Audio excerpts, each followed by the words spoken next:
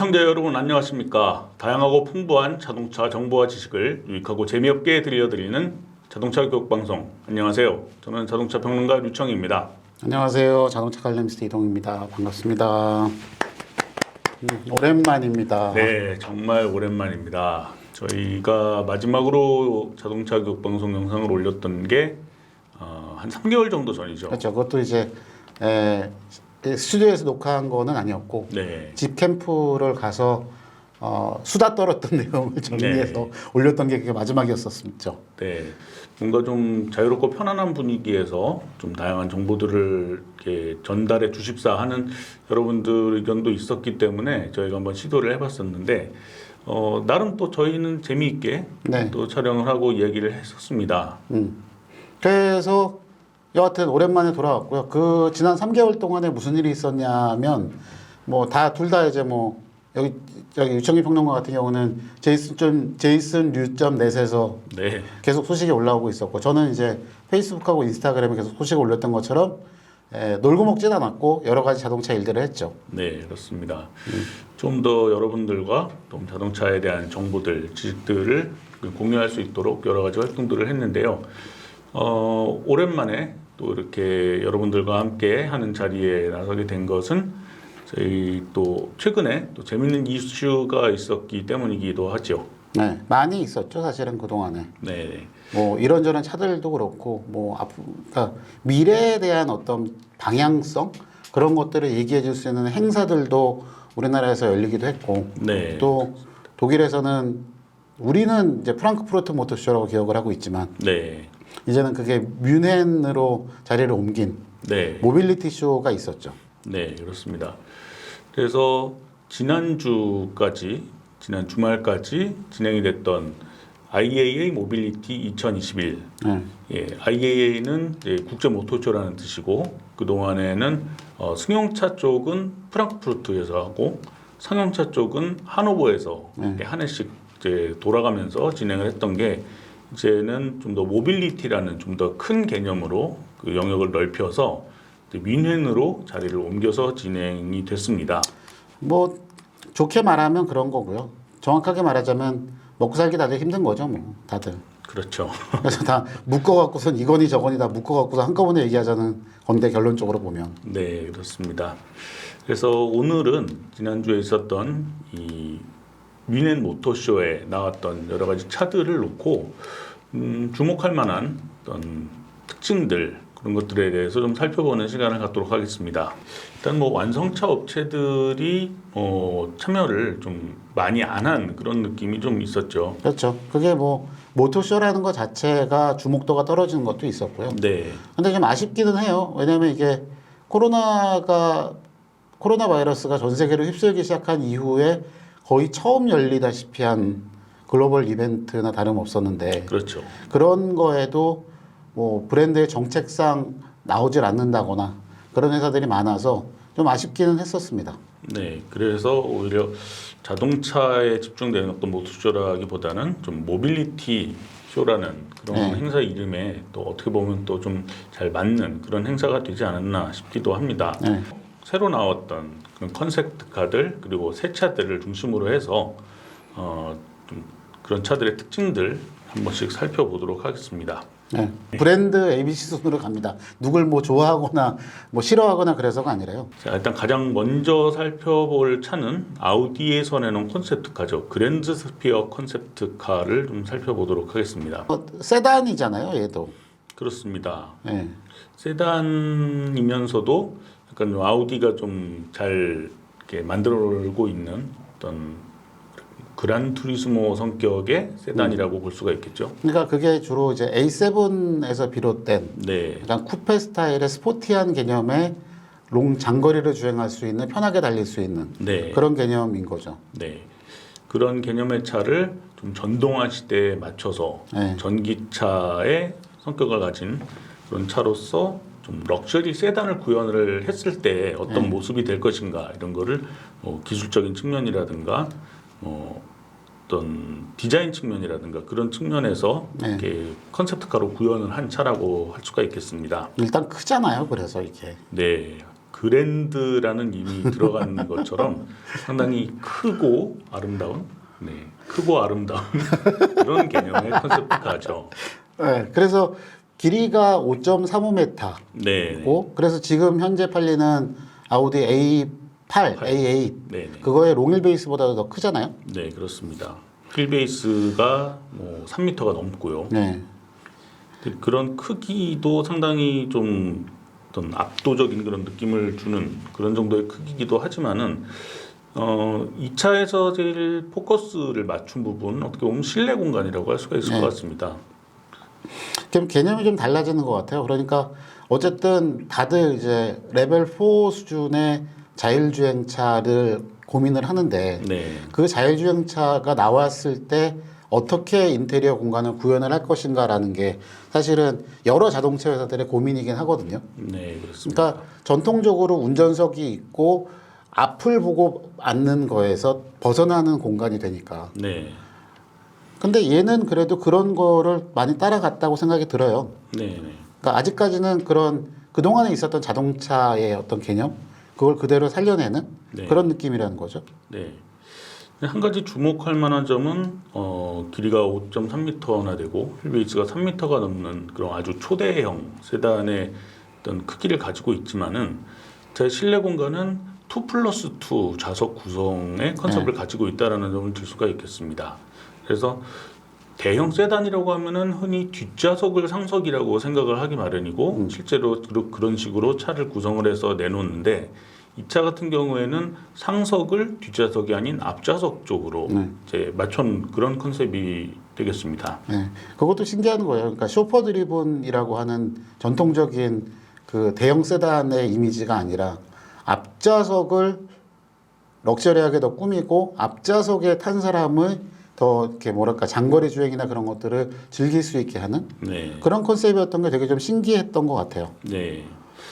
어떻게 보면은 이 전통적인 쿠페라든가 그런 차들은 세단에 비해서는 좀 더 앞좌석이 강조가 되는 앞좌석의 편의성이라든가 기능이라든가 그런 것들이 강조가 되는 그런 측면이 있었던 것은 사실이기는 하지만은 이런 대형 럭셔리 세단 컨셉의 차에서는 좀 그런 경우를 보기가 좀 드물었죠. 그래서 어떻게 보면은 이 자율주행 시대가 됐을 때에는 굳이 운전자가 운전에만 집중하지 않아도 되는 그런 주행 조건들이 있기 때문에 그런 상황에서의 그 편의성과 어떤 다양한 기능을 활용할 수 있는 그런 측면에 좀 중심이 되는 부분을 앞좌석으로 놓은 그런 개념이라고 해석을 할 수가 있겠습니다. 그래서 약간 좀 개념을 좀 바꾼 것 같아요. 네. 그러니까 뒤에도 나오겠지만 뭐 EQS 같은 벤츠에서 나온 차들은 여하튼 뒷좌석 중심으로 꾸며놓은 것들도 많고 네. 실내 공간은 넓히는 목적이 뒷좌석 중심인 경우가 많았었는데 네. 얘는 그거를 앞으로 당겼다는 거가 사실은 의미가 좀 크다는 느낌이 들고요. 네. 그렇죠. 그리고 뭐 아주 신선한 개념은 아니지만은 뭐 레벨 4 자율주행 상황이 됐을 때에는 운전석과 페달이 대시보드 안으로 수납이 돼서 그냥 조절 장치가 나와 있지 않은 그러니까 온전하게 그냥 실내 공간만으로 이제 탑승자와 소통을 하는 이제 그런 공간으로 바뀐다라는 이제 그런 개념을 특징으로 볼 수가 있겠죠. 그리고 그래서 앞유리가 이게 뭐 약간 그 뭐랄까요 이렇게 대시보드 전체에 약간 프로젝션을 해갖고 네. 뭔가 영상을 보거나 할 수 있는 큰 그림을 그려놓은 것도 사실은 그런 개념이라고 볼 수 있는 건데 네. 몇 번 얘기를 한 것 같긴 한데 이런 자율주행 시대가 되면은 그 안에 타고 있는 사람들은 뭘 할 거냐가 사실은 굉장히 이슈가 돼요. 네, 그렇습니다. 뭐 기본적으로는 자겠죠. 그렇죠.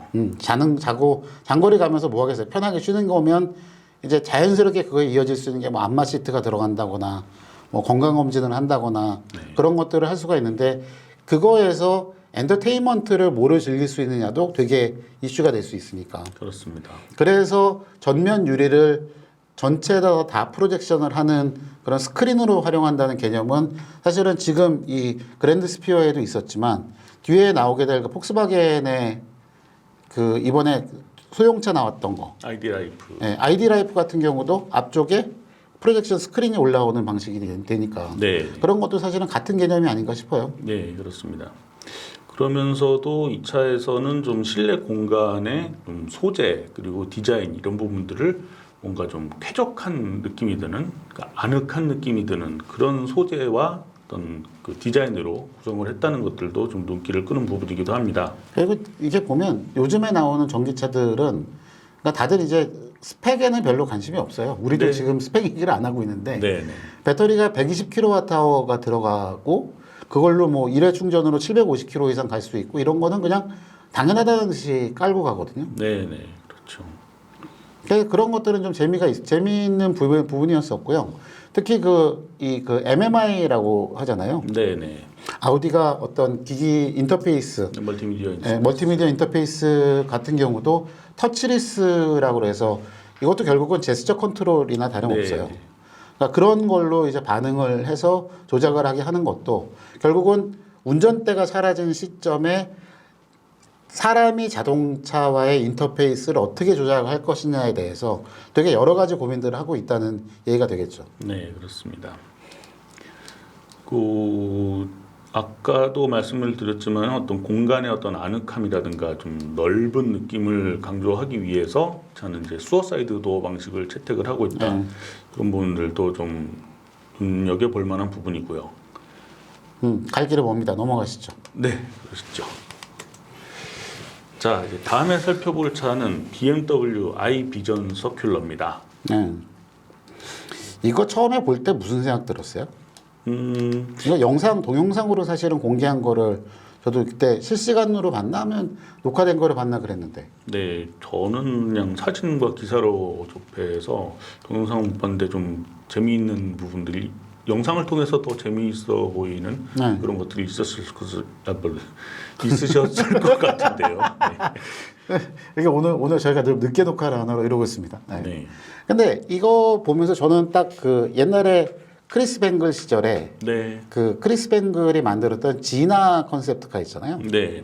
전 그게 딱 생각이 나는 거예요. 예. 그러니까 지나라는 것 자체도 이렇게 면을 굉장히 자유롭게 움직일 수 있게 해서 네. 특히 가장 충격적이었던 그거였죠. 후드가 전통적으로 이렇게 열리는 방식인데 네. 후드 가운데가 이렇게 쫙 벌어지면서 엔진이 드러나게 했었던 그런 모습들이 네. 사실은 굉장히 네, 충격적이었었거든요. 맞습니다. 근데 얘도 지금은 그 느낌을 굉장히 저도 딱 대번에 딱 그런 느낌을 받았었어요. 네. 그러니까 모양은 해치백이고 SUV라고도 할 수 있는 해치백 모양의 굉장히 컴팩트한 사이즈인 거는 맞는데 네. 이게 그러니까 키드니 그릴의 변화가 얘한테는 가장 큰 느낌이거든요. 네, 그렇습니다. 저도 페이스북에 이 차의 사진을 보고서 그 느꼈던 그런 것들을 페이스북에 썼던 게 있는데, BMW가 한동안 좀 키드니 그릴을 미래에 어떻게 구현을 할 것인가에 대해서 고민을 되게 많이 했었던 것 같은데 이 차에서는 그것을 좀 가닥을 잡은 것 같다라는 얘기를 했었거든요. 실제로 보면은 이 앞부분이 이 키드니 그릴을 차 전체 폭을 차지를 할 정도로 상당히 넓게 만들어 놨고 더 특징적인 거는 이거를 디스플레이로 표현을 그렇죠. 해서 다양한 기능이라든가 다양한 디자인을 보여줄 수 있는 그런 공간으로 만들었다라는 게 상당히 인상적이었습니다.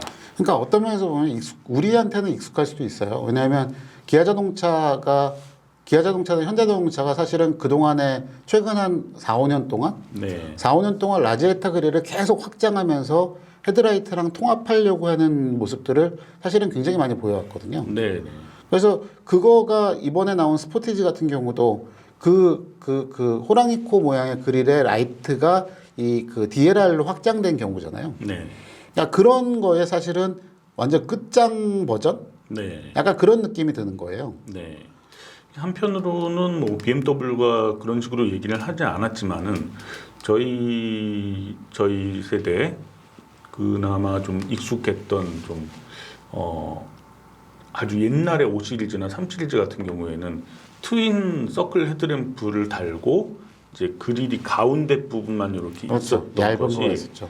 어떻게 보면은 그 주변도 보면은 이제 그릴이 넓게 펼쳐져 있는 것 같은 그 안에 헤드램프가 들어있는 그런 식으로 구현돼 있었던 그래서 그릴과 그 부분이 좀 분리가 되어 있기는 하지만은 차 전체 너비만큼의 어떤 네, 검은 네, 영역이 자리를 잡고 있었던 그런 모습이 있었는데 어떻게 보면은 지금의 이 아이비전 서큘러의 이 키드니 그릴을 형상화한 그 부분이 그런 또 고전적인 느낌을 좀 미래적으로 되살린 느낌이 든 좀 그런 부분들도 볼 수가 있었습니다. 맞아요. 그래서 얘 얘기하면서 그 가장 저도 이제 뭐 몇 가지 개념들을 했잖아요. 네. 그래서 리싱크, 뭐 리듀스, 리유즈, 리사이클. 네, 그래서 R2로 시작하는 그 네 개의 컨셉을 주로 내세워서 갔었는데 그 중에서 제일 그 제가 와닿았던 부분은 그 리듀스였었어요. 네, 네,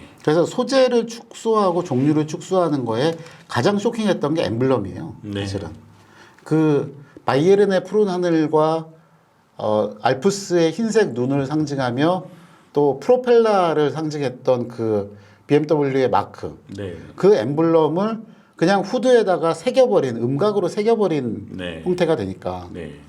이게 물론 그렇죠. 그 엠블럼을 만드는데 당연히 돈이 들고 카본 프린트가 생기고 그런 것들도 이해가 되는데 그거를 과감하게 없애면서 그냥 얇게 만들어 버렸다는 거가 되는 거죠. 네, 되게 좀 파격적이라는 생각이 많이 들었었어요. 그렇습니다.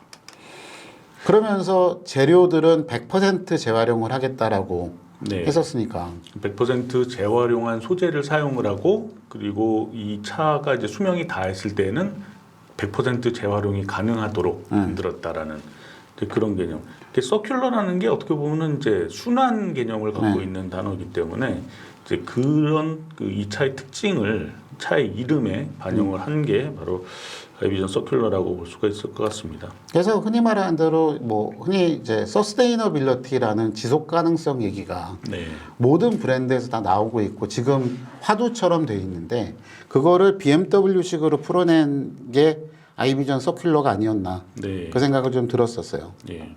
한편으로는 저는 이 차를 봤을 때 이런 모노볼륨 스타일의 그 차체 형태가 그 BMW가 i 브랜드를 처음 만들면서 선보였던 i3 예. 예, 그 차의 그 개념과 좀 연장선상에 있는 이제 그런 형태라고 제 느낌이 들었는데 실제로 실내 구성 같은 것들을 보더라도 상당히 그 i3와 좀 비슷한 느낌이 드는 그런 부분들이 좀 있는 것을 볼 수가 있네요. 그리고 소프트하고 시트가 뭐 여기도 사진에도 있습니다만 이런 그 뭐예요 이렇게 폭신폭신한 네. 그 소파처럼 만들어져 있는 이거가 네, 이게 낯설어요 사실은. 네. 왜냐하면 BMW 하면 얼티메이트 드라이빙 조이 플레저 그런 것들을 얘기하는데 이 소파에 앉아서 운전하는 거가 재밌을까라는 생각을 해보면 그건 좀 또 갸웃갸웃하게 되거든요. 물론 이제 이 차에서 그동안에 이어져 왔던 BMW의 그런 다이나믹한 그런 것들을 다 표현하려고 하는 건 아니고 얘는 다른 쪽의 방향을 보여주려고 한 거지만 네. 여하튼 이상하기는 이상했다는 거죠.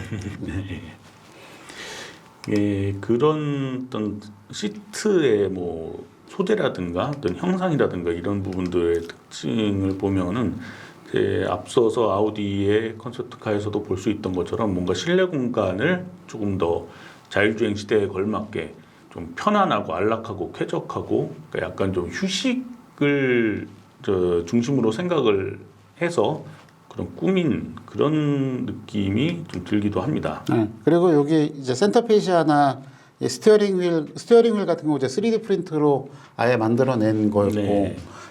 이 센터페시아의 스크린 일체형 그거 같은 경우도 사실은 여기도 제스처로 다 이렇게 실제 네. 터치를 안 하고 네. 컨트롤을 하는 모습들이 보여졌었는데 어떻게 보면 BMW가 제스처 컨트롤을 사용한 거로는 가장 빨랐잖아요. 그렇죠. 적극적이기도 했고요. 그게 아마 델파이 기술일 거예요. 네. 근데 델파이에서 그거를 만들어서 했었던 것도 원래는 그게 그러니까 일반적인으로 보면 운전대에 있는 리모컨 버튼을 누르거나 네. 그다음에 지금 많이 쓰는 거는 이제 음성 조작을 네. 많이 하죠. 음성으로 명령을 내려서 차의 기능들을 조작하는 걸 하는데 사실은 그게 그런 의미도 있는 거예요. 목소리가 안 나오시는 분들은 어떻게 할 거냐는 거죠. 그렇습니다. 그러면 또 그다음에 나중에 자율주행 시대가 되면 운전대가 사라지고 나면 버튼이 없어지는데 리모컨 조작을 어떻게 할 거냐는 거 얘기가 나온 거죠. 네. 그래서 사실은 이 제스처 컨트롤이라는 게 그런 쪽의 차를 제어하는 인터페이스로서 되게 유용한 의미가 있는 거고 네. 그거를 지금 양산차에 적용을 해서 쓰고 있는 것도 사실은 같은 개념이라고 볼 수가 있는 거죠. 네. 뭐 이제 그 언어를 사용하시는 게 좀 불편하신 분들도 계시지만은 저처럼 평소에 말을 잘 안 하는 사람들은 이제 음성 명령을 하는 게 좀 더 어색하고 불편해서 그러니까 안 그거는 쓰게 되는 차도 어색하게 느낄 거예요. 이렇게 뭐. 왜냐하면 차도 음성을 듣고 학습해서 계속 그 목소리에 익숙해져야 되는데 아니 주인장이 말을 안 해. 네. 어쩌라는 거야 그러면. 그래서 뭐 이제 카플레이를 사용할 때 시리가 제 말을 못 알아듣는 경우들도 많이 있거든요. 하긴 뭐 그동안에 카플레이를 저도 써봤지만 시리하고 저하고도 별로 안 친한 것 같아요. 네. 어쨌든 뭐 여러 가지 측면에서 좀 흥미로운 면이 많았던 그런 차 중에 하나가 또 아이비전 서큘러였다고 할 수가 있겠습니다. 네. 또 다음으로 넘어가시죠. 자, 이번 모토쇼에는 메르세데스 벤츠가 상당히 많은 종류의 차들을 내놨습니다. 아주 제대로 별렀다고 생각이 들더라고요. 예, 예. 정말 다양한 종류의 다양한 장르의 모델들을 또 새 차로 내놓기도 하고 또 컨셉트카로 내놓기도 하고 그래서 물량 공세에서는 거의 압승을 하지 않았나 하는 생각이 들기도 합니다. 하지만은 막상 저희가 또 이 나온 차들을 이렇게 살펴보다 보니까 조금 아쉬운 부분들도 좀 있기는 했죠.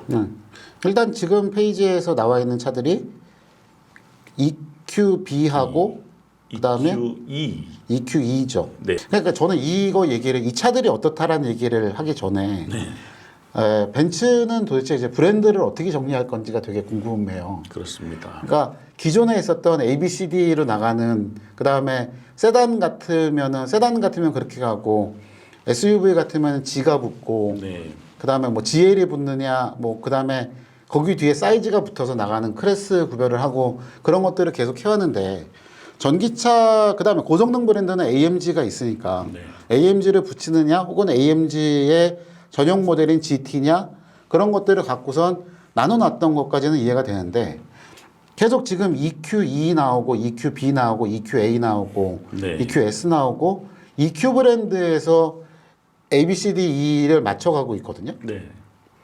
그러면 원래 있던 A 클래스나 B 클래스, C 클래스, E 클래스는 전동화 안 할 건지가 궁금한 거예요. 그런 분들도 있고 이제 세단과 이제 SUV 뭐 그런 그 장르가 다른 차들에서도 같은 기호를 쓰는 경우들이 있는데 예를 들어서 EQB 같은 경우만 해도 B 클래스는 이제 MPV인데 EQB는 SUV거든요. 그러니까 GLB 클래스. 그렇죠. GLB가 있고 그런 것들이 어떻게 정리할 건지가 난 되게 궁금하다는 거죠 지금. 그렇습니다. 이거를 어떻게 해석을 하면은 뭔가 좀 이렇게 그 라인업을 다시 재정리를 하면서 이런 부분들을 좀 이렇게 범위를 줄여나갈 거가 아닌가 하는 그런 생각이 들기도 하고요. 그리고 여기 보면 그리고 EQ 안에서도 지금 보면 네.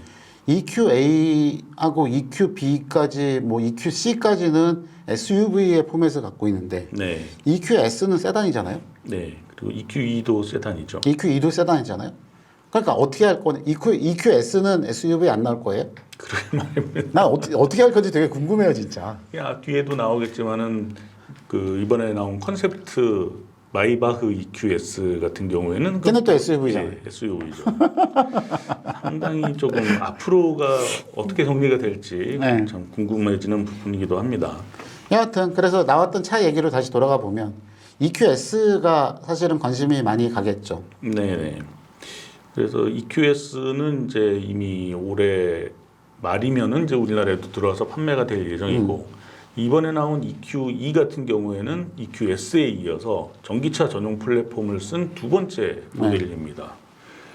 그리고 EQB 같은 경우에는 EQC, EQA 그리고 다음에 세 번째로 기존 플랫폼을 활용한 전기차의 모델이 되는 거고. 무게가 얼마나 줄었나가 사실은 궁금하긴 해요. 왜냐하면 첫 EQ 모델로 나왔던 EQC가 네. 굉장히 무거웠던 기억이 있어서 네네. 그래서 얘들 물론 지금 나오는 EQA는 많이 좋아졌다는 얘기가 들리긴 하는데 사실은 아직 시승을 못 해봤어요 정확하게. 네. 그래서 어떤지는 제가 확인을 못 해봐서 그거는 뭐라고 평가하기는 애매한데요. 여하튼 좋아졌을 거라고 생각을 합니다. 네네. 기본적으로 뭐 동력계라든지 이런 특징들은 사실 뭐 플랫폼을 공유하는 만큼 EQA와 EQB는 뭐 크게 차이는 없을 거라고 보는데 실질적으로 EQA 같은 경우에는 이제 배터리가 차지하는 공간이 있기 때문에 뒷좌석의 거주성이 조금 떨어지는 측면이 있었거든요. 근데 EQB 같은 경우에는 그런 부분들은 조금 보완이 됐을 거고요. 그렇죠. 워낙에 EQB 자체가 이제 그 실내가 좀 여유가 높은 위아래로 쪽이고 위아래 여유가 여유가 있는 있었으니까. 예. 그런 부분들이 있었기 때문에 실용적인 측면에서는 좀 더 EQA보다 좀 폭넓은 소비자층을 좀 사로잡을 수 있을 거라는 좀 그런 생각이 들기도 합니다. 네.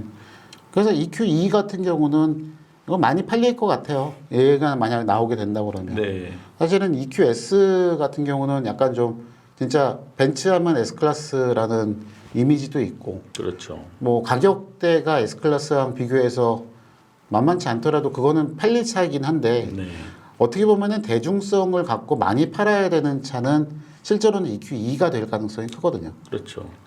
그리고 일반 S 클래스와 E 클래스 사이에는 약간의 좀 뭐 플랫폼이라든가 기술적인 측면에서 좀 차이가 좀 큰 편이었지만 그렇죠. EQ의 EQS와 EQE 같은 경우에는 EQE가 EQS를 좀 줄여놓은 그런 버전이기 때문에 기본적인 기술적 특징 같은 것들은 거의 비슷합니다. 이 실내 공간에서의 약간 조금 여유가 줄어든 것 그런 분들이랑 뭐 몇 가지 기능들을 다운그레이드 시키는 그런 것들은 있지만은 사실상 EQS에 들어가는 대부분의 기능들 특징들은 EQE에서도 그대로 경험을 할 수가 있는 거죠. 그래서 이 재원 중에 제일 기억에 남았던 게 3120mm라는 휠베이스. 네, 우와, 중형급 세단에서 3m가 넘는 것도 모자라서 네, 3100mm가 넘는 와, 이건 엄청 너무 긴데? 라는 생각이 들거든요. 예. 근데 뭐 전기차에서는 그게 뭐 아주 이상한 것도 아닌 게 우리나라에서 지금 판매되고 있는 아이오닉 5 같은 경우에도 걔도 3000이죠. 예, 휠베이스가 3000mm나 되거든요. 그러니까 그래서 얘도 그 S클래스 지금 현행 팔리는 S클래스가 리어 휠 스티어링이 들어간 이유도 리어 엑셀 스티어링이 들어간 이유도 그렇게 길어진 휠베이스에서 운동 성능이나 주차할 때의 편의성을 위해서 한 건데 얘도 마찬가지 얘기가 되겠죠, 그러면. 네, 그렇습니다. 그렇습니다. 네. 그 다음으로 넘어가면은 이 부분은 이게 좀 재밌었죠. 예, 재미있는 그런 부분이라서 일부러 이 구조에 관한 부분을 좀 예. 그림을 크게 넣었습니다. AMG GT4도 63S 너무 길어요. 너무 길어요. AMG GT4도 63S E-퍼포먼스.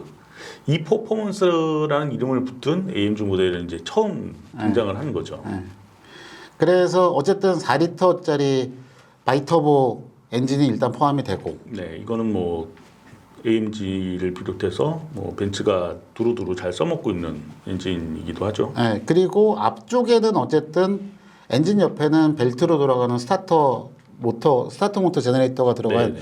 일종의 마일드 하이브리드 역할을 할 수 있는 네, 그게 포함이 되고 그리고 그 뒤에 이제 9단 그 9G 트로닉을 물려놓고 네네. 뒷바퀴 쪽에서 모터랑 그런 게 다 붙어 있는 상태라는 거죠. 네, 그렇습니다. 그리고 특징적인 것은 2단 변속기가 들어가 있다는 거죠. 네. 전기 구동계에. 그러니까 어쨌든 전기 모터를 쓰면서 모터가 얘도 이제 회전 특성과 토크가 나오는 특성이 한계가 있으니까 네, 그거를 변속기를 사용을 해서 사실은 과거에는 감속만 했는데 네, 지금은 이제 변속기를 사용을 해서 좀 더 엔진이 작동하는 영역만큼 토크를 더 보태줄 수 있게 활용성을 높여가는 게 이제 추세가 되긴 할 거거든요. 네, 문제는 이렇게 되면 이제 제어하기는 더 어려워진다는 거죠. 그렇습니다. 그래서 엔진에 붙어서 가는데 물론 이거는 이제 리어 엑셀에만 붙어 있고 네, 리어 엑셀에 동력이 전달되는 최종 단계에서 컨트롤을 하기 때문에 네, 제어는 어떻게 되든 간에 조금은 더 쉬워질 거라고는 보여지긴 하지만 여하튼 리어엑스 리미티드 슬립 디퍼런셜하고 같이 맞물려서 작동을 하니까 네. 무려 843마력인데 네. 토크가 1,400 뉴턴미터. 그러니까 한 130 얼마 되겠네요. 나누기 9.8. 그러니까 예. 130kg 정도. 130kg은 웬만한 뭐 이렇게 디젤 트럭 그런 거 아니에요? 그렇죠. 한동안은 1,000뉴턴미터가 넘는 토크를 변속기가 감당을 하지 못했기 때문에 네. 일부러 엔진의 토크를 그 이하로 줄여서 사실은 세팅을 커팅을 했던, 하는 방식이었죠. 네, 그런 식을 많이 썼었고 이 퍼포먼스 이 파워트레인 같은 경우에는 그럼에도 불구하고 이 전기 구동계가 어떤 성능을 높이는데 쓰인다라는 그런 측면에서 좀 흥미로운 그런 기술이기도 합니다. 그래서 이게 엔진 지금 국내에 팔리는 국산 하이브리드 차들 같은 경우는 엔진이 있고 모터가 들어가고 그 다음에 변속기가 붙는 방식이니까 네. 이 모터가 뭐 PHEV 국내에는 없지만 수출하는 PHEV 같은 경우도 모터 출력이 높더라도 변속기가 받아줄 수 있는 한계 안에서 돌아가거든요. 그렇습니다. 근데 얘는 모터 출력이 물론 그 모터 자체가 뭐 150kW짜리라고 하네요. 그러니까 뒷차축에 들어가는 전기 네네. 모터가 그럼 150kW짜리 모터를 변속기를 거치지 않고 바로 리어 엑셀에다 붙이니까 사실은 그런 지금 얘기했던 그런 그 앞쪽 엔진 변속기와 그 이후에 붙어 있는 구동계통에 가는 부담은 덜하겠죠. 그렇죠. 어쨌든 이 상당히 재밌는 개념의 이 고성능 파워트레인이라고 볼 수가 있겠습니다. 구경이나 할 수 있을지 모르겠네요. 우리나라 들어오면. 구경은 할 수 있겠죠. 자, 다음에는 이제 벤츠가 내놓은 컨셉트카 두 종류인데요. 이 차들은 뭐 별로 얘기를 할 건 없을 것 같아요. 아니 그러니까 신기하기는 해요. 네, 뭐 이렇게 그동안에 저희가 좀 늦게 하는 거니까 EQG나 EQS야 그렇다 치는데 네, EQG에 대해서는 얘기들이 많이 보셨을 거예요. 기사 나간 것도 있고. 그러면은 얘가 뒷바퀴는 리지드 엑셀이라고 한다는 거는 뒷차축 좌우가 연결돼 있다는 얘기잖아요. 네, 그리고 앞쪽은 독립식이고. 네, 전 리지드 엑셀이라는 거는 이해가 돼요. 왜냐하면 흔히 말하는 오프로드에 가서 저희가 뭐 자교방 그동안에 몇 번 말씀드렸습니다만 이 흔히 말하는 이렇게 시소 이펙트 네, 좌우 엑셀이 하나로 묶여져 있으니까 한쪽이 올라가면 반대쪽이 내려가는 이런 시소 이펙트에 의해서 오프로드에서의 주행 성능을 확보하기 위해서 리지드 엑셀을 넣었다? 이해는 돼요. 네, 근데 모터가 4개라며요. 바퀴마다 모터가 4개가 들어간다며요. 그것도 이해할 수 있어요. 네, 그런데 바퀴마다 4개라고 하면은 그게 엑셀, 그러니까 인휠 모터는 아닐 테고. 네, 그렇겠죠? 그러면은 엑셀에 붙어 있는 모터가 따로따로 하나씩이 있는데 그거에 2단 트랜스퍼가 달려 있다고 하잖아요. 오프로드에 가서 쓸 수 있게. 네. 그러면은 2단 트랜스퍼가 어디 있냐는 거예요. 그리고 그게 과연 필요한 건지라는 생각이 들기도 하고. 그 생각도 좀 들기는 하죠. 네, 그래서 이게 진짜로 그런 건지가 좀 궁금해요. 네, 그러니까 오프로드를 가려면 당연히 2단 트랜스퍼가 있으면 좋고 그렇죠. 그리고 뭐 그 얘기는 저희 그 과거의 자교방을 뒤져보시면 다 나옵니다. 오프로드 달리기에 대한 얘기를 했었으니까 좋은 건 알겠는데 이게 약간 모순 같은 느낌인 거예요. 네, 모터 4개를 달고 2단 트랜스퍼 케이스가 있고 뒤에는 리지드 엑스를 쓰고 그러니까 좋은 것들만 다 모아놓아서 우리가 제일 좋아요라고 말하는 느낌? 네. 약간 그런 느낌이었어요. EQG는. 뭔가 좀 이제 좀 과잉이라는 느낌도 들기도 하고 굳이 그렇게까지 필요한 건가? 네, 그런 느낌이 들기도 하고. 모르죠. 뭐 차가 나와 실제로 이렇게 달려있는 차가 나오면 아 그렇게 풀었구나라고 생각을 할 수는 있을 텐데 네, 아마 실제 차가 나오면은 앞뒤에 모터 하나씩 정도 얹고 그 모터마다 감속기를 트랜스퍼를 하나씩 다는 거라면 저도 이해를 할 수 있을 것 같아요. 네. 어쨌든 뭐 이거는 뭐 컨셉트카이기 때문에 네. 뭐 실제로 나올지 안 나올지도 모르고 실제로 나왔을 때 어떤 기술이 어떻게 구현될지는 모르는 거니까 네. 예, 좀 재미있다 선에서 정리를 하는 게 예, 좋을 것 같습니다. 마이바흐 EQS는 이거는 최근에 마이바흐 이름을 달고 나오는 벤츠 컨셉트 카들은 너무 멋있는 것 같아, 인간적으로. 아주 대륙적이죠. 대륙적이죠. 대륙이 어느 대륙이냐에 따라서는 예. 아니 그러니까 독일도 대륙이에요. 예, 유럽 대륙이죠. 유럽 대륙이에요. 예. 그리고 그거 유라시아 대륙을 통틀어서 얘기할 수도 있는 거고 미국도 대륙이고. 그렇긴 합니다만 뭐 이제 제가 얘기하는 대륙은 뭐 여러분들도 대충 아시겠지만 저희와 가까운 대륙이죠. 예. 유라시아 대륙이죠. 우리. 네네. 이 아주 그 대륙의 소비자들이 아주 좋아하실 만한 그런 디자인을 가지고 나왔다라는 그런 게 좀 눈길을 끌고 아니 가만있어. 그럼 내가 이거 좋아한다고 말한 나는 뭐가 돼요, 도대체? 대륙적이신 거죠. 씨, 진짜. 근데 어쨌든 이 마이바흐 컨셉 EQS의 어떤 디자인을 보면은 이 마이바흐 GLS 클래스가 나오기 전에 얼티밋 럭셔리 그 컨셉트카와도 상당히 비슷한 느낌을 주고요. 이제 실내 구성을 봐도 뭐 사진은 지금 보여드리지 않고 있지만은 실내 구성을 봐도 상당히 좀 유사성을 많이 느낄 수가 있습니다. 그래서 그렇게 연속성을 갖고서 만약 앞으로 나오는 마이바흐들이 그런 식으로 간다라고 하면 지금의 마이바흐는 솔직히 마케팅 브랜드로서만 남아있는 상태인데 네. 좀 확실하게 좀 더 차별화를 둘 수 있는 게 되지 않을까라는 네. 생각이 들기는 해요. 네. 마이바흐 브랜드 솔직히 좀 아깝거든요. 예전에 롤스로이스, 벤틀리, BMW, 폭스바겐 그룹이 가져가고 그 다음에 마이바흐 그때 다시 되살려서 하려고 하다가 고배를 마셨던 네. 거를 생각을 해보면 그 브랜드 자체는 굉장히 좀 개인적으로 좀 아깝다고 생각을 하는 거가 있어서 네. 뭐 이렇게라도 살아날 수 있으면은 나쁘지 않겠다는 네. 생각은 합니다.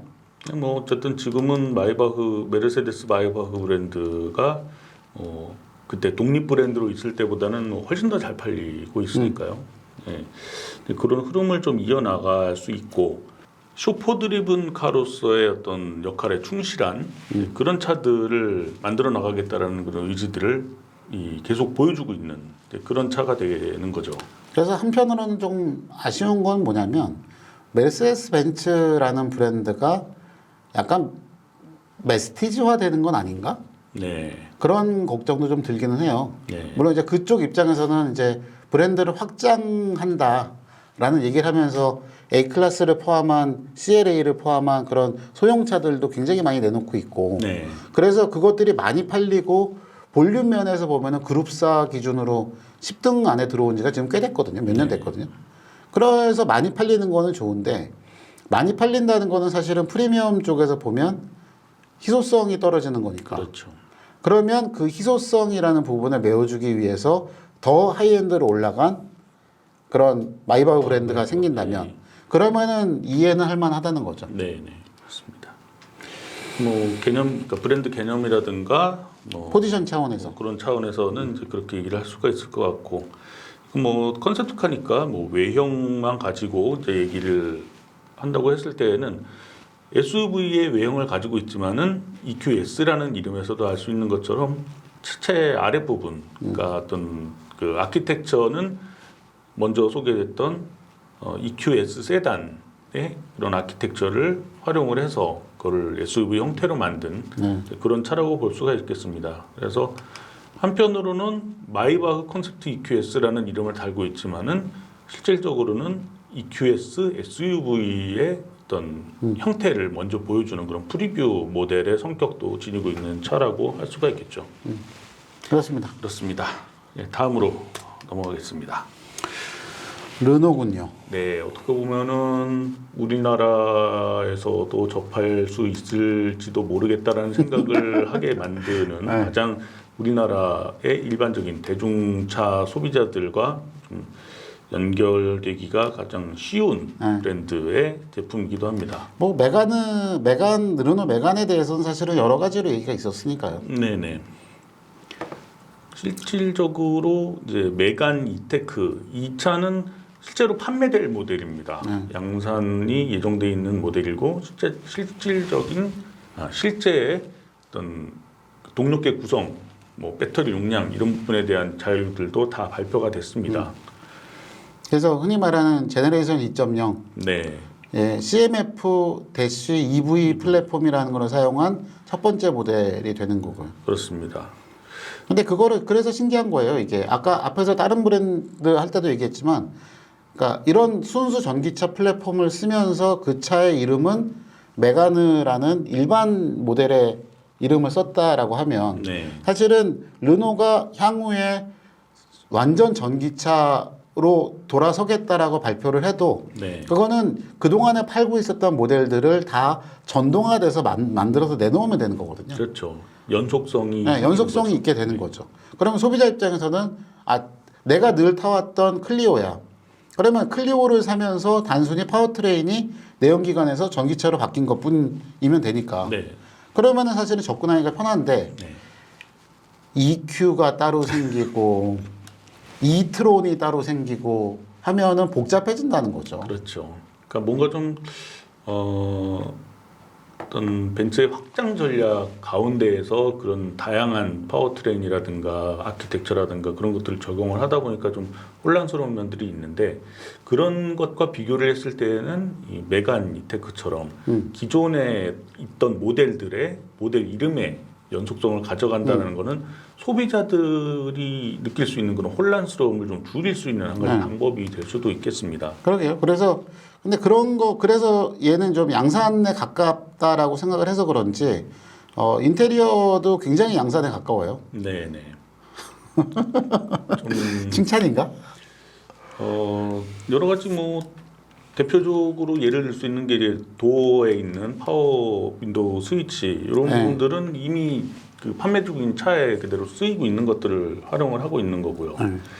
뭐 대시보드 레이아웃이라든가 이런 부분들을 봐도 어떻게 보면은 현재 많이- 우리가 국내에서 보고 있는 그 르노의 세로형 네. 그 센터페시아 같은 경우도 그렇게 보여지고요. 네네 그렇습니다. 디자인 측면에서 약간 좀 변화를 줬다 뿐이지 구성 요소들의 배치라든가 그런 부분들은 기존 뭐 CMF 플랫폼을 쓴 차들과 큰 차이는 없어 보입니다. 뭐 얘도 예. 일단 나오면 재밌을 것 같다는 생각은 들어요. 네. 상당히 좀 현실적인 구성의 그런 차라고 볼 수가 있겠고요. 그래서 우리가 앞에서 얘기했던 차들이 다 콘셉트카여서 사실은 얘가 네. 너무 뭐가 이렇게 없어 그런 느낌이 들지 모르겠는데 양산차니까 네, 그렇습니다. 양산차니까 네. 그거에서는 차이가 있겠죠. 네. 그러니까 얘는 재원도 그래서 다 발표가 됐잖아요. 네네. 이게 모터가 160kW짜리가 하나가 있고 96kW짜리 해서 두 가지 버전이 나오는 거고요. 네네. 배터리 용량도 두 가지가 있고요. 네, 40kWh가 있고 60kWh짜리가 있고.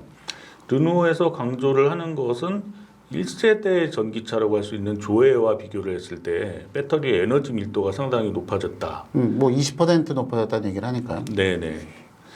그렇다라는 얘기를 하고 또 한 가지 강조를 하는 것 중에 하나는 그 배터리 팩 두께가 상당히 얇다라는 걸 강조를 합니다.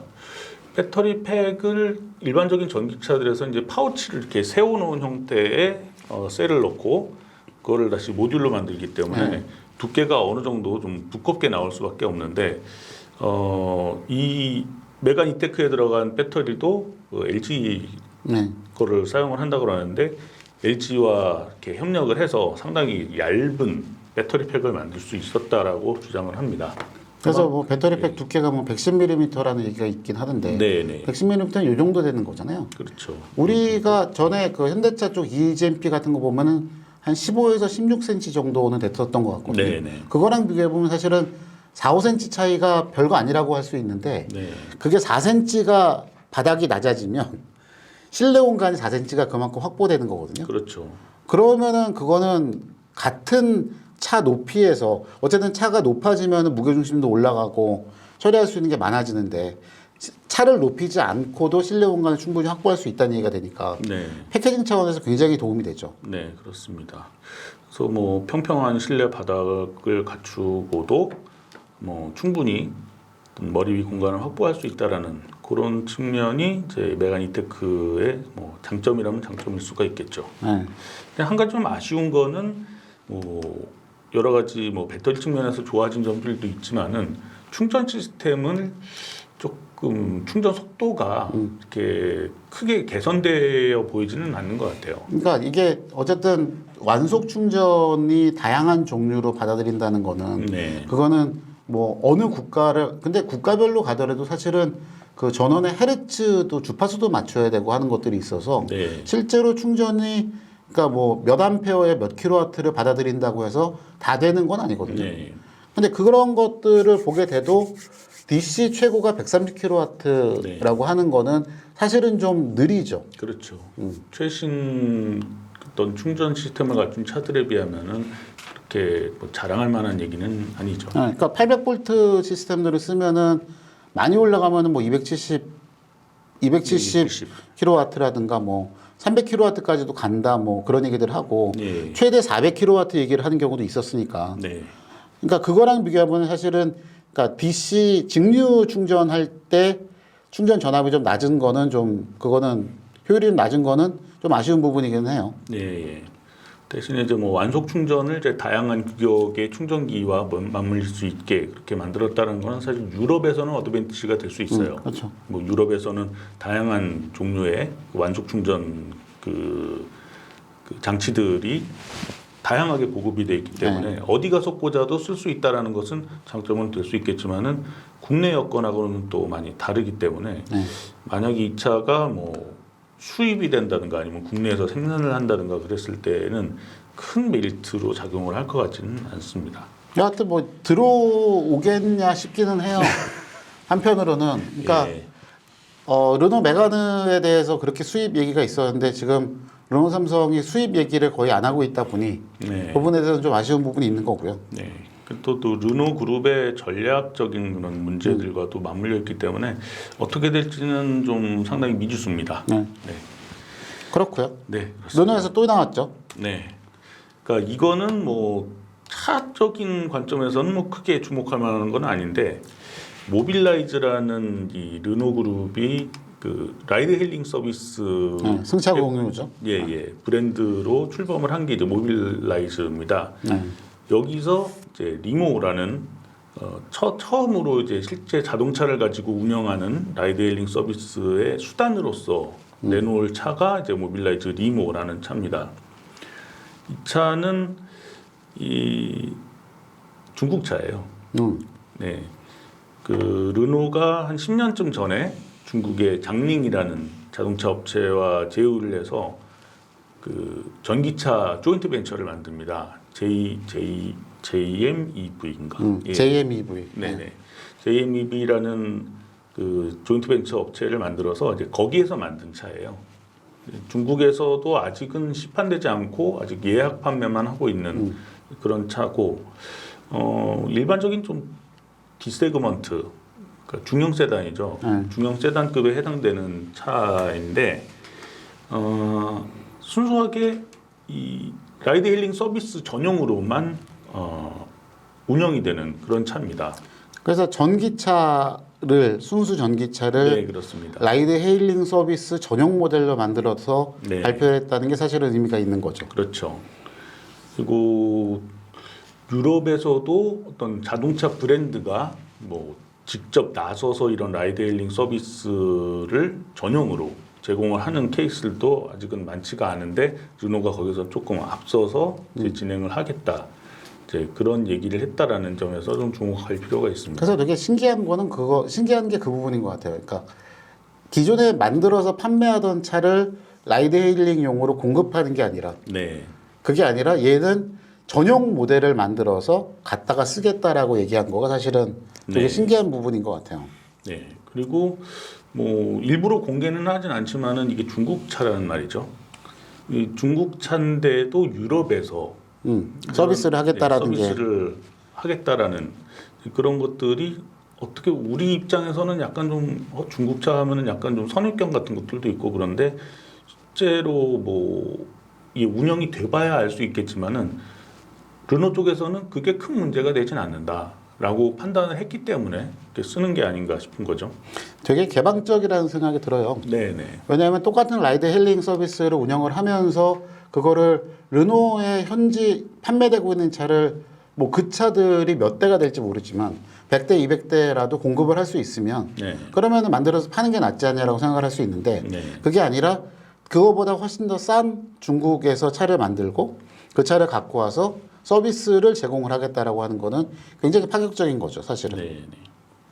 한편으로는 이제 링크앤코 그 볼보와 그 GD 자동차가 합작해서 만든 그 링크앤코도 유럽에서는 뭐 실제 구매도 가능은 하긴 하지만은 주로 하는 거는 그 구독형 서비스로 그 판매가 되고 있거든요. 근데 그 차도 어떻게 보면은 약간 중국 차라는 인상을 줄 수가 있지만은 물론 생산은 벨기에에서 합니다만 근데 그런 측면이 있음에도 서비스용으로 이렇게 제공이 되고 판매가 된다는 측면에서 좀 유럽 사람들은 좀 그런 부분에서 좀 개방적인 생각을 갖고 있는 게 아닌가 좀 그런 생각이 들기도 합니다. 그리고 그게 전기차여서 나는 가능하다고 봐요. 네, 네, 그러니까 전통적인 내연기관 차가 아니라 전기차라는 건 약간 좀 다른 개념이고 네, 테슬라도 뭐 지금의 테슬라야 좀 개념이 다르지만 그 차가 처음 나왔을 때 어떤 브랜드 헤리티지가 있거나 믿음이 있거나 그런 건 아니었잖아요. 그렇죠. 그런데 그 차도 결국은 전기차는 이래라는 거를 기준을 걔네가 만들어 버리니까. 네, 그러니까 이렇게 모든 간에 선빵을 날리는 게 중요하다니까. 처음 그렇게 딱 자리를 잡고 나니까 이미지가 바뀌었던 것처럼 얘도 그런 식으로 갈 수 있지 않을까라고 생각이 드는데 근데 왜 이거의 사진의 뒷자리에 탄 애는 저러고 저렇게 뭔가 늘어져 있는 듯한 느낌을 한잔하고 집에 가는 듯한 느낌을 주는지 모르겠네. 뭐 하긴 승차 공유라는 게 그런 목적이긴 한데. 그렇죠. 네. 또 한편으로 드는 생각은 이제 내연기관을 바탕으로 만든 자동차 같은 경우에는 중국 자동차 업체들이 선진 시장에 진출하는데 상당히 어려움을 많이 겪었잖아요. 근데 이런 전기차라는 이렇게 보면 새로운 형태의 동력을 가진 차들을 먼저 이제 그런 선진 시장으로 진출하는 어떤 그 교두보로 삼겠다라는 좀 그런 의도가 담겨 있지 않나 하는 생각도 좀 들기도 합니다. 그래서 뭐 제원은 되게 평범하잖아요. 네, 네. 150마력에다가 뭐 최고 속도는 140km밖에 안 되고 예, 주행 가는 거리도 뭐 450km 정도니까 그러니까 뭐 지금 발표됐던 내용들 뭐 600km, 700km 얘기들 하는 거에 비해서는 굉장히 좀 평범하기는 한데 그렇죠. 뭐 어차피 소유하는 게 아니니까 네, 내가 몰 게 아니고 그냥 뒷자리에 앉아서 그냥 남 모는 차 타는 거니까. 그게 요즘에 그런 얘기들이 있더라고요. 그러니까 지금 우리나라도 보면은 그 전기차들 보급하는 거를 주행거리가 많은 차들을 중심으로 하다 보니까 이제 관공서 차들을 우선하고 네, 그다음에 택시들 같은 경우에는 굉장히 적극적으로 지원을 해서 전기차들을 보급을 하잖아요. 네, 이게 회사 차들은 아직까지 전기 택시가 공급된 게 그렇게 많지 않은데 네. 개인 택시들은 굉장히 많더라고요. 네, 근데 이게 문제가 뭐냐면 그 전기 모터 그러니까 이게 택시를 운전하시는 분들이 전기 모터가 달린 차를 운전하는 거를 배운 적이 없잖아요. 그렇죠. 그러니까 이게 엑셀 페달을 밟았을 때 울컥하고 나가는 그 초기 토크가 센 거. 네, 이거를 운전하시는 분은 굉장히 즐기시는 경향이 있더라고요. 그러다 보니까 뒤에 탄 사람들은 더 울컥거리는 네. 거예요. 그리고 그런 분들일수록 이 회생제동을 또 3단계로 가장 강하게 해놓고 계셔서 네. 엑셀 밟았다 뛰면 그냥 밟았다 이렇게 됐다가 뛰면 이렇게 되는 이게 계속 반복이 돼서 네. 그 제 아는 몇 분들은 전기 택시를 되게 싫어하시는 분들도 있어요. 멀미우가. 네, 멀미가 더 난다고. 네. 지금 여기 화면에 나와 있는 이 분처럼 약간 좀 뭐 실제로 그런지 아닌지 모르지만 한잔 하시고 이제 전기 택시를 타셨다면은 좀 못 견딜 것 상황이, 같은데, 예, 못 견딜 그럴 것 수도 같은데. 있겠군요. 그래서 이것도 어떤 면에서 보면은 좀 교육이 필요하지 않나 네, 네. 싶어요. 그렇습니다. 그러니까 단순히 이제 뭐 전기차를 타면은 특히 이제 개인 택시 하시는 분들은 이분들이 프로페셔널이고 운전의 전문가이신 거는 맞는데 구동계통이 바뀌었으면 사실은 운전하는 방식도 달라져야 되고 네. 조금 더 부드럽게 운전을 할 수 있게 엑셀 페달을 온오프하는 것도 필요하거든요. 그렇습니다. 그러니까 운전을 전문적으로 하시는 분들이긴 하지만은 전문적으로 운전을 하시는 분들은 아닌 경우들이 많으니까요. 예, 여하튼 예, 전문적인 전기차에 특화된 그런 운전 방법에 대한 교육들이 그런 전기 택시를 모시는 분들한테도 좀 필요할 것 같다라는 생각이 드네요. 네, 그렇습니다. 자, 그리고 다음은 이제 폭스바겐이 내놓은 컨셉트카입니다. ID 라이프라는 아주 귀엽게 생긴 디자인 때문에 좀 좋아하는 분들이 좀 많이 계시더라고요. 그래서 더욱이나 이제 소형차고. 네. 이 차는 폭스바겐의 전기차 전용 플랫폼 MEB 플랫폼을 가지고 만든 차 중에서 앞바퀴 굴림 구동계를 가진 첫 모델입니다.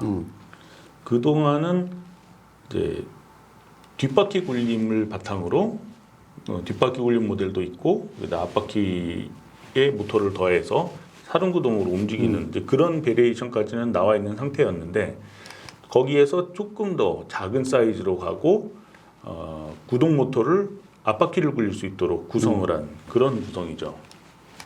이게 드는 생각은 딱 그거예요. 아 이거 내연기관 차들 후륜구동에서 앞바퀴 굴림으로 바뀌었던 때랑 똑같은 느낌이네. 그 그런 생각이 딱 느낌이 들어요. 있죠. 예. 그러니까 더욱이나 이게 소형차니까 네. 공간 활용을 하기 위해서는 어쨌든 뒤쪽에 뭐가 있으면 안 되니. 네.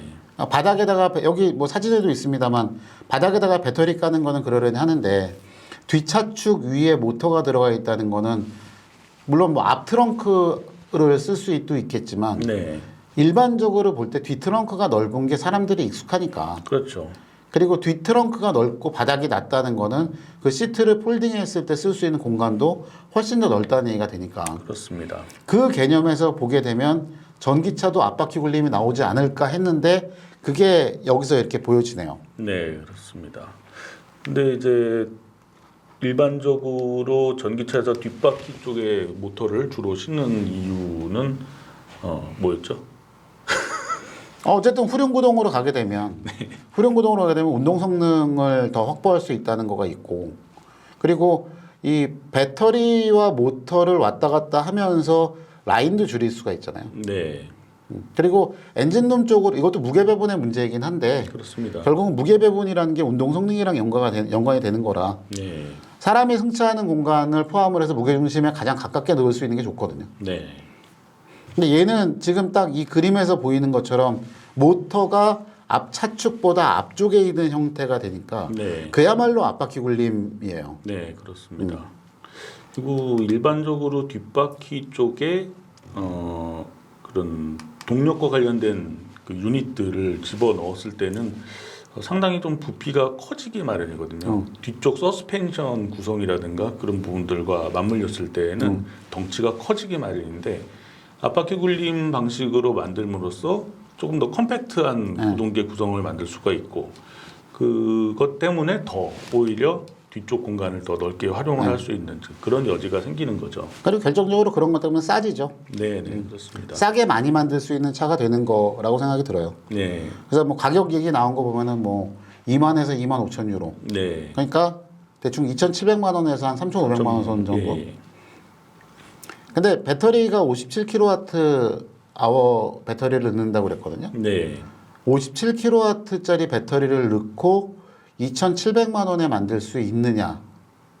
이거 되게 갸웃갸웃하기는 해요. 물론 이게 그 폭스바겐도 그 배터리 내재화 기술 발전시키고 그래서 내재화 시켜서 네, 가격 50%를 다운시키겠다는 얘기도 있었고 네, 예전에 그 이전에는 이제 테슬라가 배터리 데이 얘기 때도 배터리 가격을 50%로 다운시키겠다는 얘기는 있었는데 네, 그게 돼야 이 가격인 거거든요. 그렇죠. 테슬라도 모델 2를 2만 달러대에 내놓겠다고 했던 것도 사실은 그 50%가 돼야 이걸 하겠다는 얘기예요. 네, 물론 뭐 테슬라 얘기는 딱 시간이 맞춰서 되진 않았지만 네, 사실은 그게 제일 큰 문제죠. 시간을 못 맞춰서 못 맞추긴 했지만 어쨌든 되긴 됐으니까. 네, 근데 그래서 모델 2가 과연 언제 나오는 거냐 이게 그 투명 드래곤처럼 환상 속의 그런 거가 아니냐 네. 이런 얘기들도 있기는 한데 네, 이 아이디라이프가 사실은 딱 그 얘기를 타겟으로 해서 나온 거라 네, 되게 좀 신기하기는 해요. 네. 한편으로 봤을 때는 지금 유럽에서 판매되고 있는 우리나라에도 판매되고 있지만은 푸조 시트로행의 소형 전기차들하고 스펙은 거의 비슷해요. 그러니까 50kg대 배터리를 쓰고 앞바퀴 쪽에 전기 모터를 얹고 그래서 가격대는 걔들이 우리나라에 오면 4천만 원대죠. 4천만 원 가까이 되죠. 예, 거기에서 한 30% 정도 가격을 다운시키는 그런 정도 개념으로 볼 수가 있는데 그런 거를 폭스바겐이 하겠다. 그리고 그런 분들을 조금 더 현실적으로 보여주는 그런 개념의 차가 ID 라이프라고 볼 수가 있겠습니다. 그래서 이게 지금 여기 보면은 뭐 57kW 배터리를 갖고 400km, 그러니까 EUDC 기준이겠죠. 유럽 기준으로 400km를 주행 거리를 하겠다라고 얘기를 해놓은 거가 그 두 가지가 사실은 섞여 있다고 봐요. 네. 그러니까 가격이 떨어져야 되는 거 첫 번째. 그 다음에 떨어지면서 사이즈가 줄어들든 네. 아니면은 에너지 밀도가 앞에서 그 르노 그 차 얘기 나왔던 것처럼 에너지 밀도가 더 올라가든 네. 그래야 지금 57kWh 배터리 50km대 얹고선 300km가 조금 나올까 말까 하는 네. 지금 현재의 소형 전기차들하고 비교가 될 거거든요. 네, 네, 그렇죠. 그러니까 똑같은 50kW대를 얹었는데 누구는 300km가 나오고 얘는 400km를 목표로 하니까 네. 차 크기도 크게 차이가 안 나는 상태에서 그러면 제 생각에는 이렇게 가격을 낮추는 거 플러스 에너지 밀도도 올라가지 않을까라는 생각이 드는 거죠. 네. 지금까지는 뭐 앞으로도 그렇겠지만 에너지 밀도가 높으면 높을수록 배터리 가격은 올라가게 돼 있잖아요. 근데 그런 부분들의 어떤 중간 지점을 어떻게 찾아서 실제로 상품에 반영을 할 것인가, 그게 폭스바겐의 어떤 과제이기도 하고 그거를 하겠다라고 얘기를 한 이제 그런 거를 볼 수가 있는 거죠. 네, 그거는 어떤 면에서 보면 이제 그 자동차 회사들의 타깃이고 꿈이기도 할 거예요. 네. 모든 자동차 회사들의. 네. 그래서 뭐 지금도 뭐 현대자동차 얘기가 나오면 지금 캐스퍼가 되게 핫하잖아요. 네. 그러면 저한테도 주변 분들이 물어보는 게 그거예요. 얘도 전기차 나올까요?를 굉장히 많이 물어봐요. 네. 나오겠지요라는 생각을 저는 하긴 하거든요. 네. 이게 왜 그런 생각을 하게 됐냐면, 물론 이제 다음 페이지 넘어가서 현대자동차 얘기를 할 때 한꺼번에 할까요? 뭐 그러시죠. 네. 바로 그냥 다음 페이지로 넘어가겠습니다. 그래서 현대자동차 그룹은 여기 IAA는 나오지는 않았지만, 네. 그 요거에 맞춰서 앞쪽에 뭐 제네시스도 브랜드 비전을 따로 발표를 하고, 또 현대자동차 자체도 수소하고 관련된 얘기들을 포함을 해서 비전 발표를 했죠. 네. 탄소 중립에 대한 선언도 했고요. 네, 그렇죠.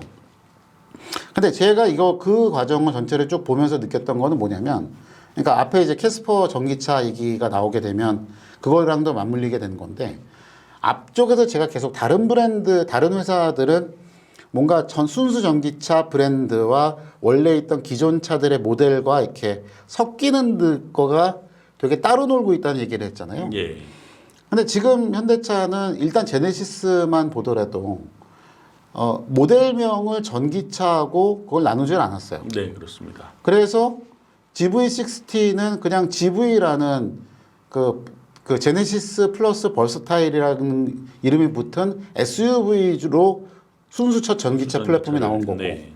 G80는 그게 3세대 모듈러 플랫폼, 내연기관 플랫폼이거든요. 네. 거기다가 그냥 바닥에 배터리 깔고 네. 전기 모터 넣어갖고선 전기차로 내놓은 거예요. 네. G80 전동화 모델이라고 네, 이라고 해서 했죠. 내놓은 거죠. 그러면은 솔직히 3세대 플랫폼으로 만들어진 GV80도 GV80 전동화 모델 못 만들 이유가 없거든요. 그렇죠. 그리고 지금 준비하고 있는 G90도 마찬가지로 그렇게 똑같이 갈 수 있는 거예요. 네. 그리고 그거를 현대자동차 쪽으로 확장을 하면 다 마찬가지가 돼요. 그렇죠.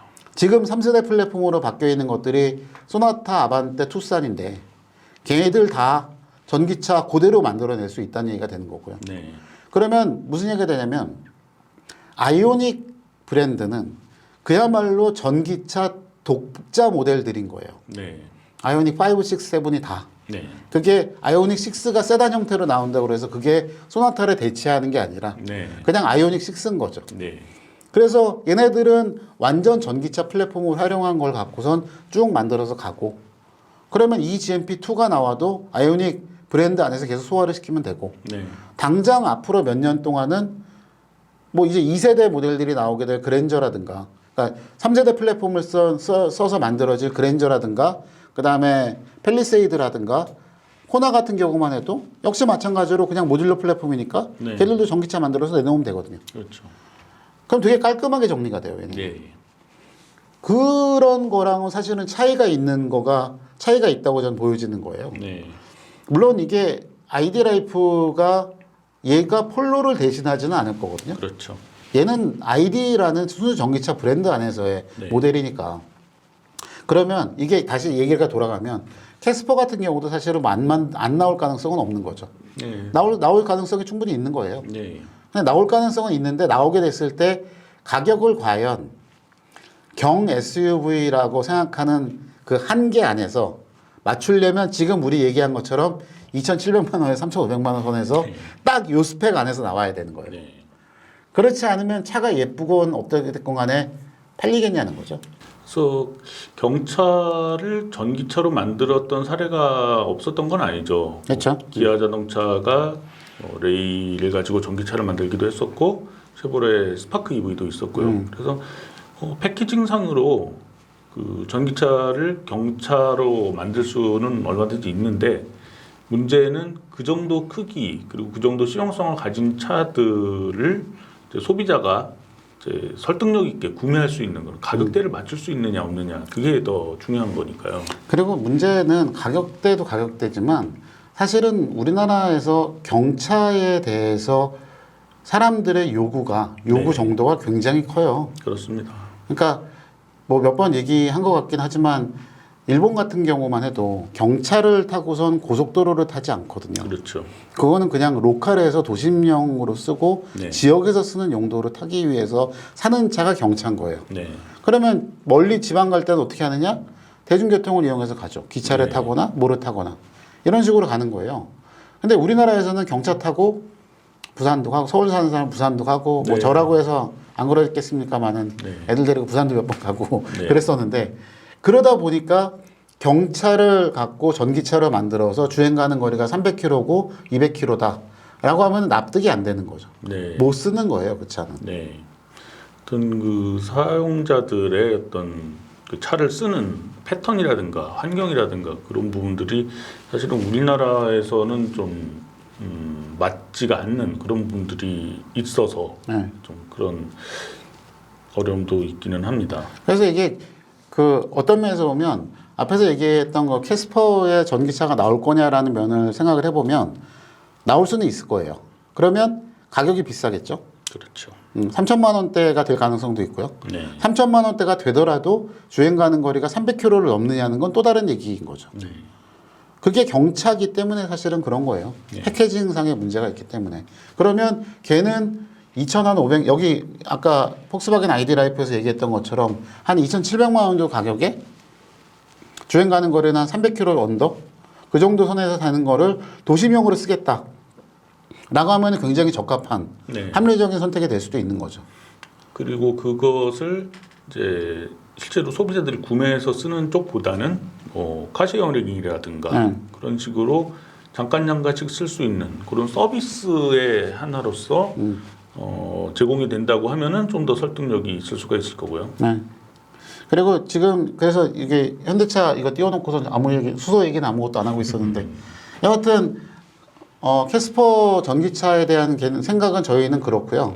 그 다음에 이거는 왜 띄어냐면 이거는 사실은 IAA랑은 상관은 없었어요. 네. 미넨에서 열린 거랑 상관없이 그 바로 전후에서 앞에 말씀드린 것처럼 현대자동차가 제네시스랑 수소 관련된 얘기들을 쭉 했는데 거기에서 나왔던 차들이죠. 네. 그래서 비전 FK는 수소연료 전기 연료전지를 얹은 고성능차의 네. 개념이었었고 그 다음에 그 옆에 있는 트레일러 드론 같은 경우는 요 아래쪽에 달려 있는 밑에 있는 드론을 이쪽은 로봇카잖아요. 네. 네.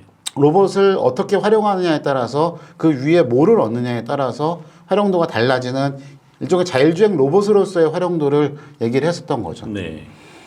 저는 이거 보면서 물론 이제 비전 FK가 스팅어 바디에다가 시스템을 얹은 거는 맞죠? 네, 그렇습니다.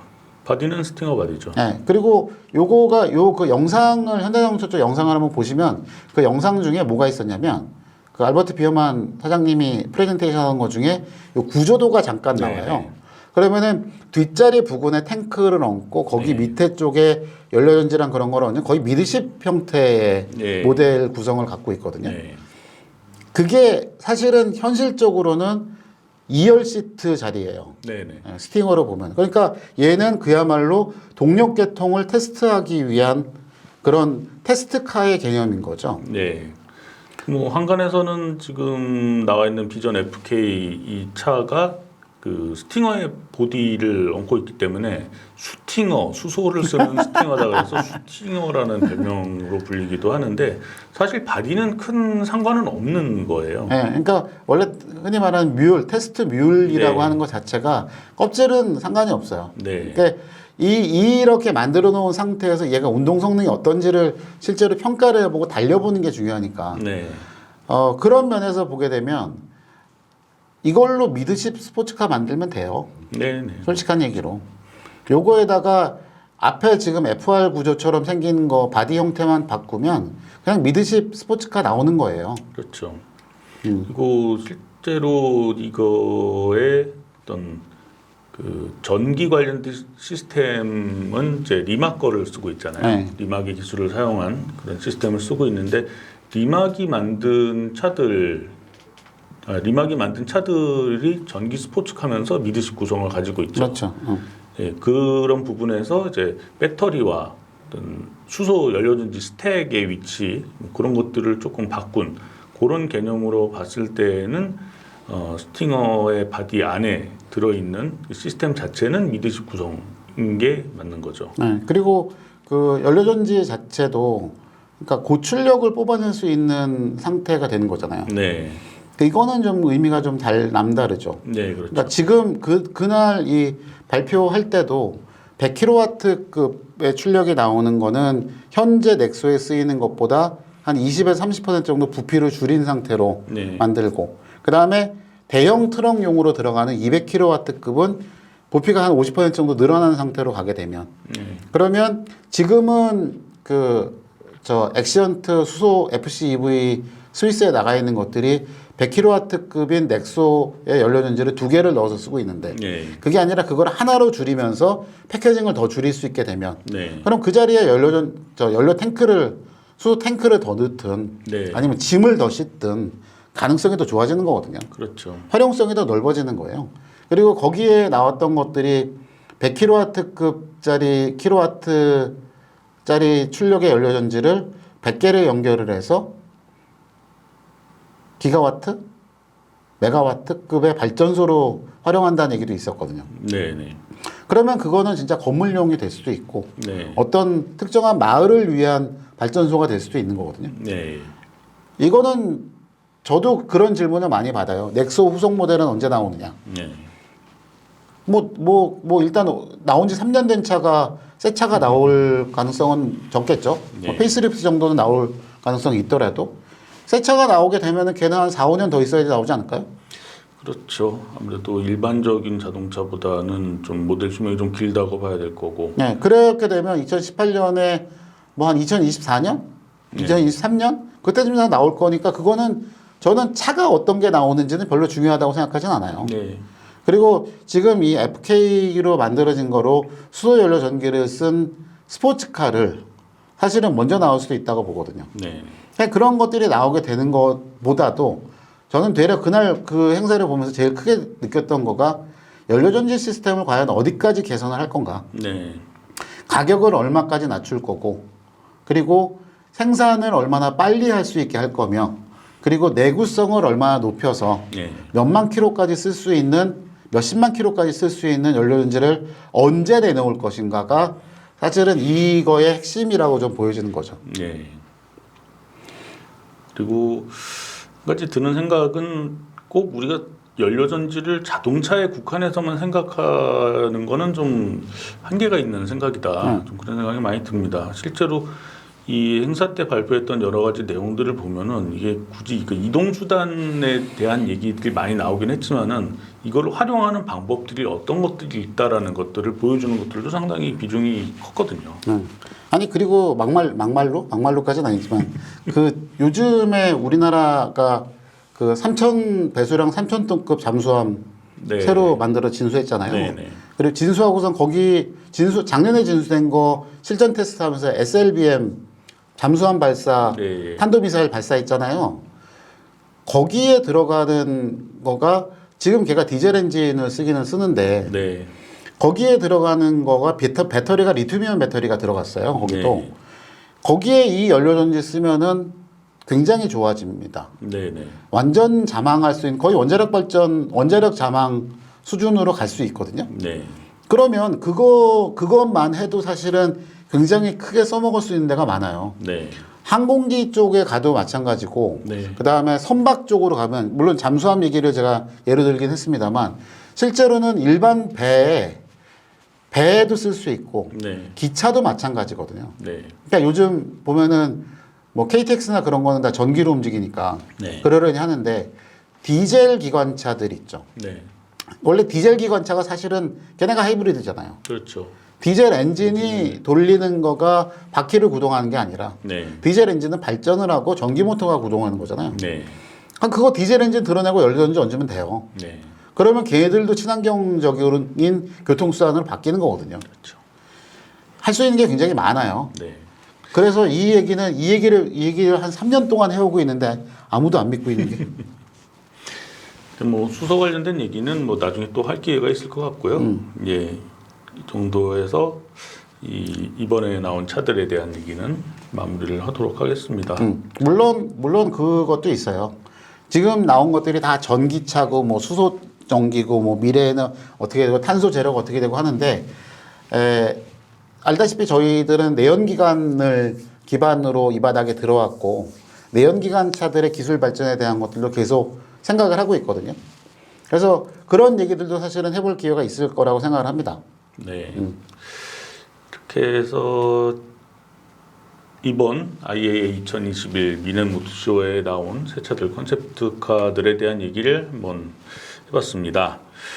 오랜만에 진행하는 거라 조금 좀 어색한 좀 그런 면도 있기는 했습니다만은 앞으로도 뭐 계속 자교방은 진행될 테니까요. 여러분들 또 많은 의견 주시고 저희가 좋은 이야기들을 여러분들과 함께 나눌 수 있도록 다양한 의견 보내주시면 좋을 것 같습니다. 저는 오늘 이야기는 여기서 마치고요. 또 다음 시간에 재미있는 아이템들 가지고 또 여러분들 만나 뵐 수 있도록 하겠습니다. 시청해 주셔서 고맙습니다. 감사합니다. 감사합니다.